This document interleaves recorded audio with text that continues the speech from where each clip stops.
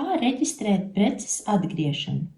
Lai reģistrētu čekā atmaksātās preces un atgrieztu naudu klientam, nospiediet taustiņu citas funkcijas vai taustiņu labot, ja izmantojat P2 vietkasi un taustiņu atmaksa.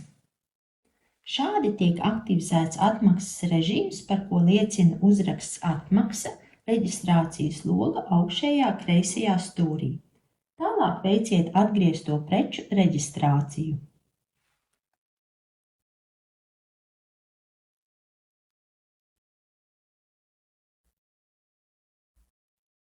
Un arī nepieciešamo apmaksas veidu.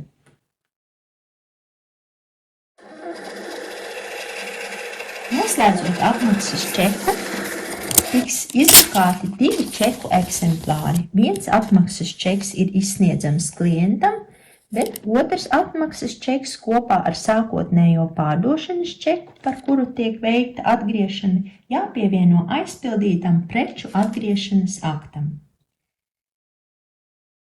Ja atmaksa jāveic tikko reģistrētam darījumam, nospiediet taustiņu citas funkcijas vai taustiņu labot, ja izmantojat P2 vietkasi un taustiņu atmaksāt pēdējo čeku.